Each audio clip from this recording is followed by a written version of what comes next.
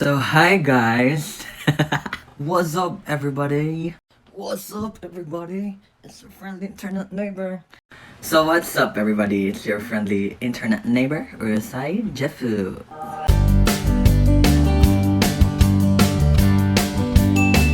I don't know, but the intro is so hard to make. I'm just too awkward. So first of all, I would like to thank everyone for watching my previous videos. Thank you so much for the support and comments. Keep those comments coming. And for those who haven't watched it, please do watch it if you have the time by clicking here. Or was it here? Oh well. So last April marked my first year here in Japan. I've been here for a year. It doesn't feel like that long at all. So here in Japan, April is the busiest month for moving. Everybody is graduating from high school or from university, and now it's time to move to the next step. So like job hunting or further studies.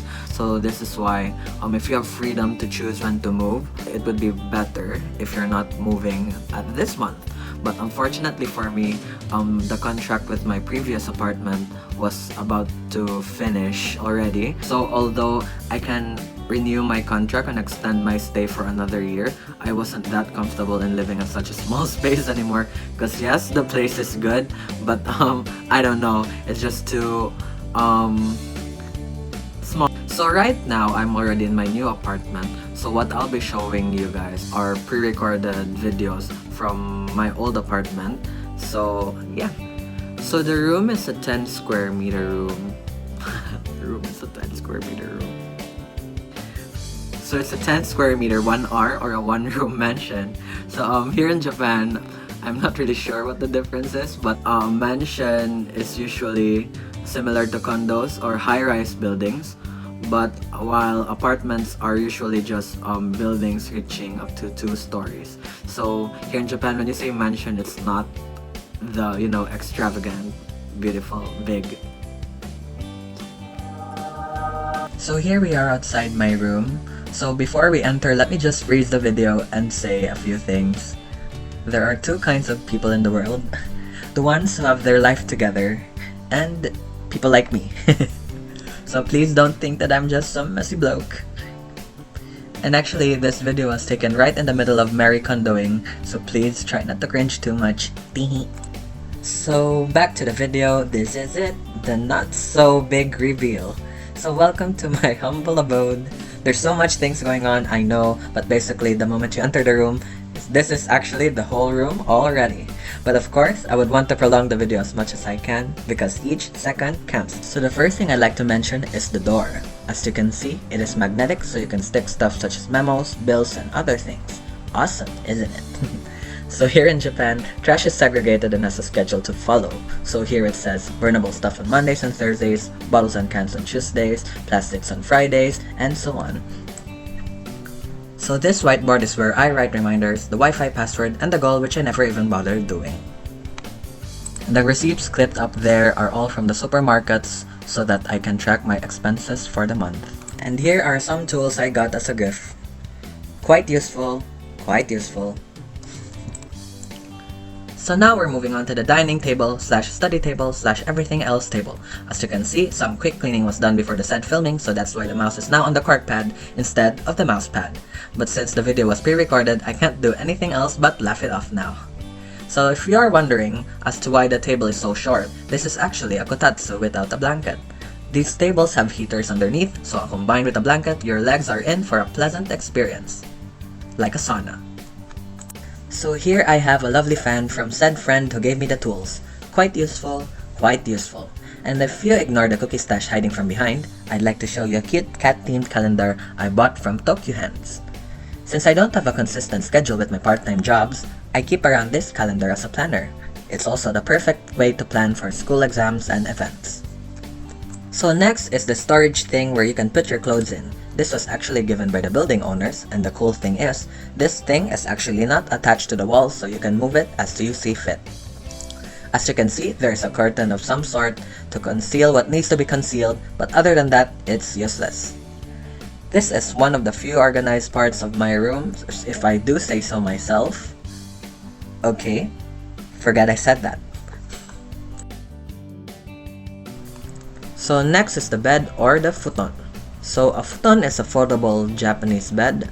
Although I prefer a bed with a mattress, the futon is very affordable, although on some days I wake up with an aching back. As you can see, I am a pillow person. I need to be surrounded by them when I sleep to prevent any monster ambushes at night. I actually use a thicker blanket, but this time, it's already a little bit warm, and to help lower laundry expenses, a thinner blanket is the way to go. So here is a metal rack I bought from Rakuten. I think the price was around $35. Quite difficult to assemble, and although lacking in appearance, compared to a cabinet or a cupboard, it's cheaper, convenient, and does the job well done. Although it looks like there aren't a lot of things there right now, that is because they're all hidden inside the boxes already. But for curiosity's sake, let me show you what it looks like when it is on its full capacity. Just a piece of advice, don't hoard. So here are some masks that I got from my students in my part-time job. I wasn't able to buy a lot of masks, so these really saved me a lot. So to my students, thank you so much. Arigatou gozaimasu. So now I have here a second-hand microwave oven that I bought for around $40 from the Sayonara sales group in Facebook. It is a multi-purpose oven that can bake, grill, and steam as well. So if you're living here in Japan or even planning to live here in the future, you should consider joining the Sayonara sales group for cheaper furniture and appliances. And for stuff you don't need, you can sell them there in the group as well. By the way, if you are wondering what that red thing is, it is called an omamori, or a good luck charm. So just a little trivia, omamori comes from the word mamoru, which means to protect. So now you know. So they sell these charms in Japanese shrines. There are actually different kinds, but the one I got was one for success in life. Although I don't really believe in stuff like these, they are great souvenirs for family and friends back home. So moving on, this is actually my window. You might be wondering what the thick blanket is doing there, but this is actually the kotatsu blanket that I was talking about. I was actually attempting to dry it inside the room because even after washing it and throwing it in the dryer, it just wouldn't dry. But back to the blanket, I got this from Nitori, and I am so fond of it because it's so fluffy and warm. So now that you've seen the blanket, this is actually placed under the upper part of this table where my thumb was just now. And as you can see below the table is the heater. Although the kotatsu is only used during the winter season unless you enjoy the sauna-like feeling, the kotatsu is very warm and comfortable. So behind the kotatsu blanket is where my air conditioner is.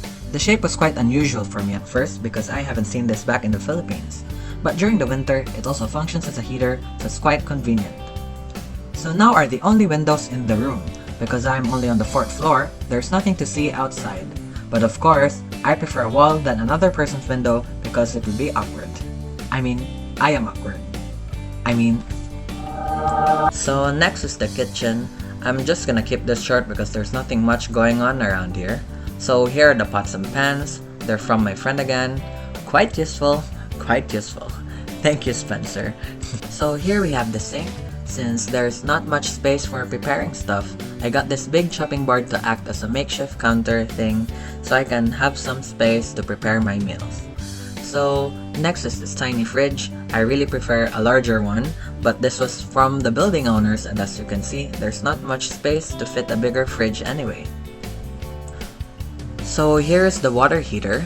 I'm really not sure how it works, but it can heat up to 40 liters of hot water at a time. But I never really used that much, so yeah. Oh, and this thing is magnetic as well, so you can stick stuff such as a kitchen timer and other things as well.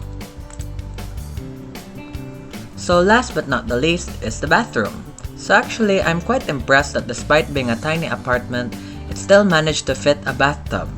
So in bigger apartments, the toilet and the bathroom are probably separate, but in 1R types such as these, you would usually see them both in one room.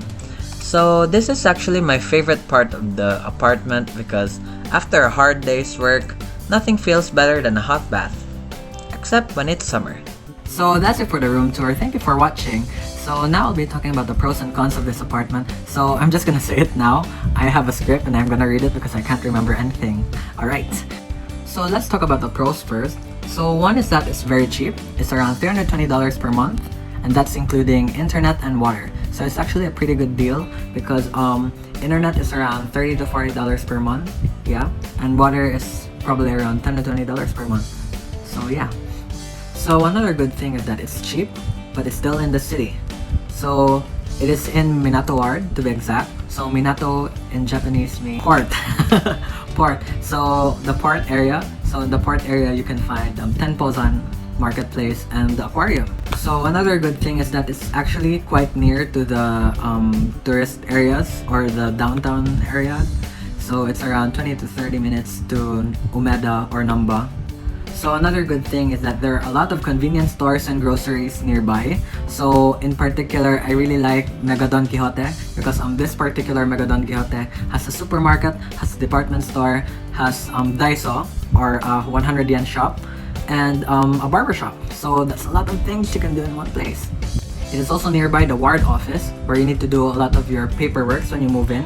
Also nearby the post office and a lot of banks. Yeah. So I'd like to stress the importance of being nearby banks because as a student here, I'm also working part-time. So I get my salary through the bank. So being nearby banks makes it easier to withdraw money compared to if I withdraw it from the convenience store, there'd be a transaction fee charge. So yes, saving money. And also, if you're receiving money from anyone back in your home country via like a credit card or debit card, the charges in the bank are usually less expensive compared to the convenience store. And last but not the least, since it's a small room, cleaning it isn't too much of a hassle. But it still is. Alright, so now it's the cons. Yes, my favorite part. So first con is that the room is small. It's both a pro and a con. So although the room isn't too small to be suffocating, it is still small and storage is really difficult. You can't, there's not a place to put your luggages or any big stuff. So another bad thing is that the kitchen is very minimally equipped. Minimally. Is that a word? But yeah. So there's only one stove and a very tiny fridge. So in the fridge, I can't really freeze stuff except for ice. So I would need to go to the supermarket quite a number of times in 1 week, and it's such a hassle.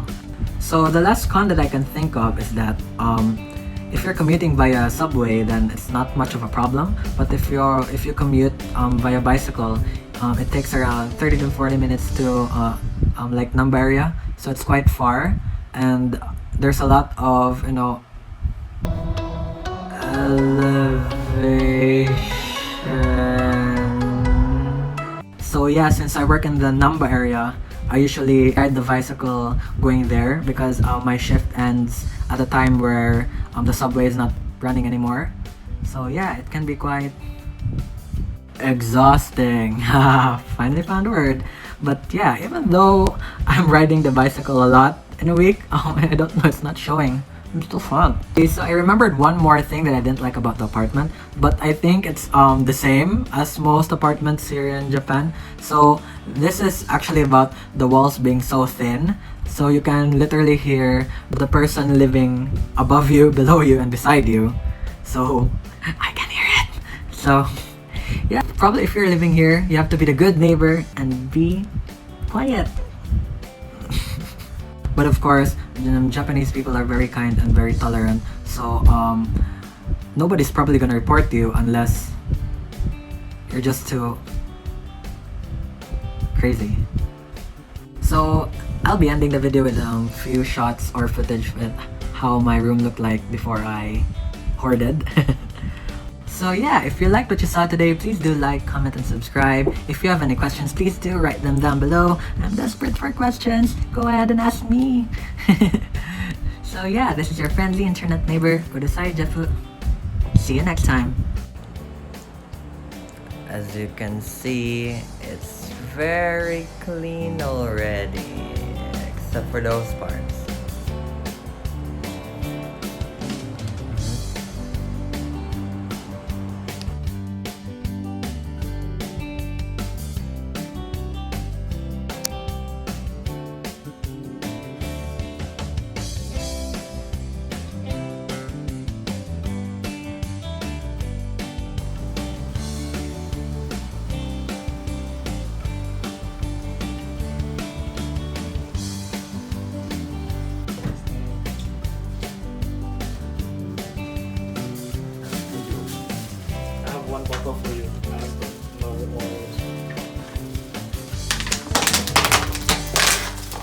sounds.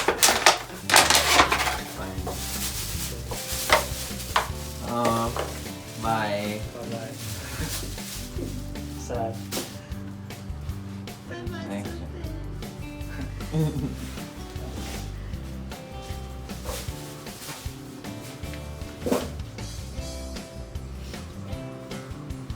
You have video of your room.